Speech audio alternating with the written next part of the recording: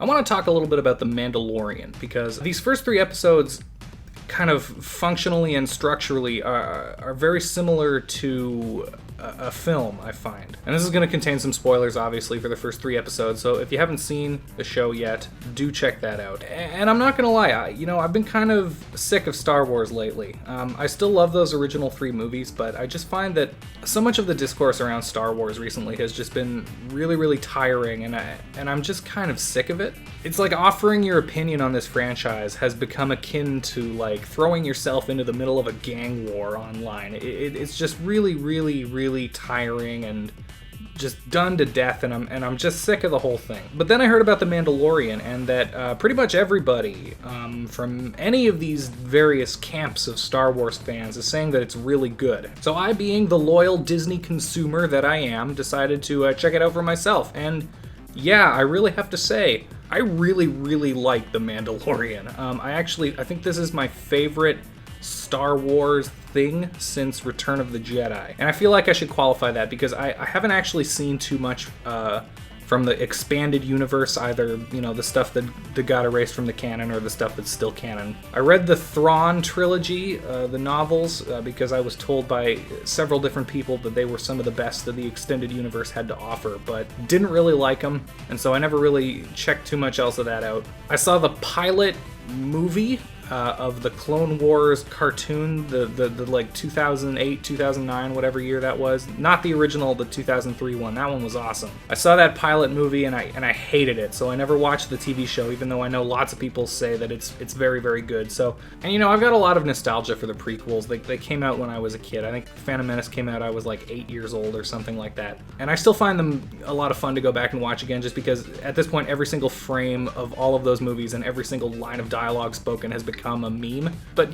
since becoming an adult with having something of a more critical eye for movies, yeah, there's a lot wrong with those movies. The newer movies, some of them I like, some of them I don't like so much. But yeah, this new series on Disney Plus, The Mandalorian, is fantastic. And this is pretty much exactly what I was always hoping for out of the Star Wars franchise. Ever since I found out that Disney was going to be buying Lucasfilm and making more stuff for Star Wars, it's just a completely, like, a small scale, standalone, completely unrelated side project. It's got, new characters and new cultures and new locations. I know that the Mandalorians have been around in the extended universe forever, but like I said, I don't know any of that stuff, so this is all new to me. And another thing that I really love about this show is the very simple storytelling. I can't stress this enough, just how streamlined everything feels.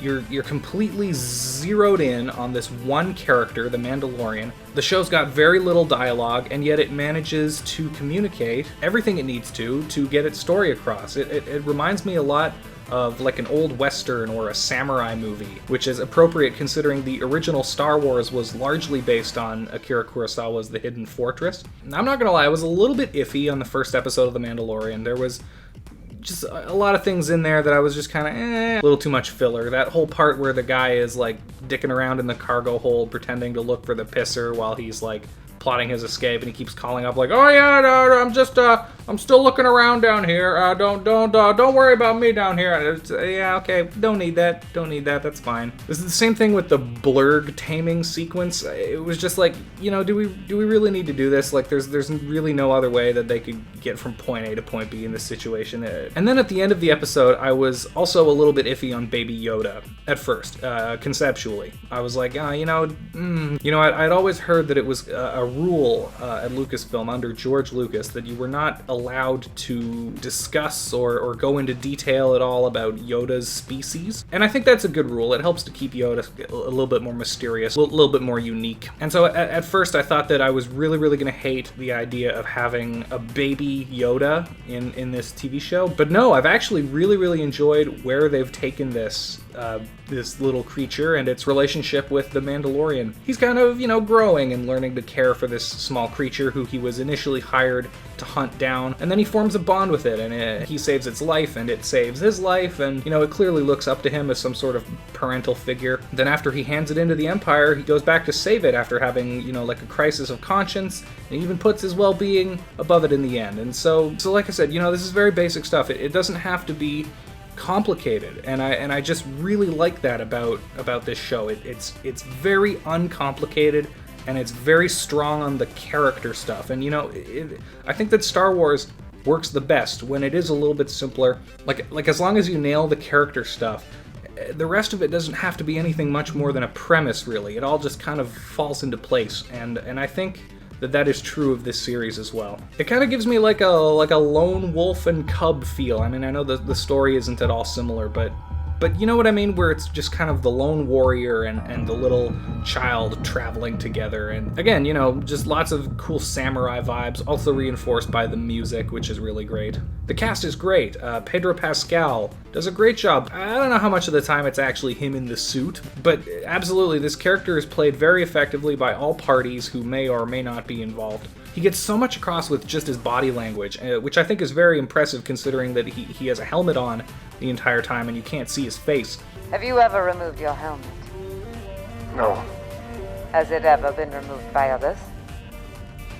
Never. By the way, that was not a thing that I knew at all about Mandalorians. If that's the case, and that's always been the case, then I guess Jango Fett would have been a pretty shitty Mandalorian, right? Because that dude had his helmet off all the time. Yep. But anyway, Werner Herzog is very, very good as this sort of Empire SS officer. They're really laying the Nazi imagery on pretty thick with this guy. He's basically dressed like a Gestapo. The long black coat, the gaudy sort of emblem jewelry. Just the whole bit. He's a very intimidating villain, which, considering we haven't even really seen him do anything yet, is pretty cool. Carl Weathers is in the series, and he's mostly pretty good. Now, I love Carl Weathers, okay? He plays my favorite character on what is one of my all-time favorite movie series. Of course, that's Apollo Creed in the Rocky films. Ding, ding. And again, he's mostly pretty good in this TV show, but there's a couple moments every now and then where it feels a little bit weird, and I can't tell if that's just the dialogue that's being given to him, or if it's his delivery, or what it is, but there's a few moments where it's just like... You had your shot, dust breather, but you failed. No pucks for you, now get out of here. All of them. All of them! But not one of them closed the deal. Only you, Mando. Only you. But no, overall, he does a very good job at playing this completely amoral bounty hunter character who's like a middleman between the bounty hunters and the people who hire them. I also like Nick Nolte's character. I thought that guy was a lot of fun. I don't remember if you ever learn his name, but I like that character's design a lot, and I like the sort of attitude that they give him. Again, you don't learn a whole lot about the guy, but just so much of it is just conveyed through what little dialogue there is, and his body language and his demeanor and the things that he says, and these little character quirks that just make him stand out. I think that show is really good at things like this. I have spoken. And of course, yeah, the Baby Yoda, it's fucking adorable. I mean, I want one. I want one in my life that I can love and hold and take care of and never let go. But yeah, overall, I'm just really, really enjoying this series. I honestly kind of wish that they could have just taken the outline for these first 3 episodes, fleshed out maybe his backstory a little bit more, and then just made a movie out of it, because it'd be a damn good one. I know that we've still got more than half the season to go. I believe it's going to be 8 episodes total, if I'm correct. And Jon Favreau, who's the showrunner here, has done a really great job with this. I have every confidence that he'll be able to keep it up. That dude is insanely talented when he's not being hamstrung by Disney into photocopying somebody else's work. And if the rumors of Favreau taking on sort of a more administrative role over at Lucasfilm for Disney, just guiding the kind of direction of the series going forward, kind of like a Kevin Feige over at Marvel, if that's true, then I'm super excited for that, because I think we can all agree that whether or not you're really, really behind these new Star Wars movies, or really, really don't like them, or just somewhere in between, this franchise has kind of been a little bit on the rocks lately, going through directors and writers like tissue paper. This is starting to get a little rambly, but no, I really, really like this show. This does make me excited for the future of this franchise, more so than I have been in a while. And I do really hope that they keep this to just one season, just a mini-series, It doesn't need to keep going on forever, just because it's popular, people like it and it's doing well.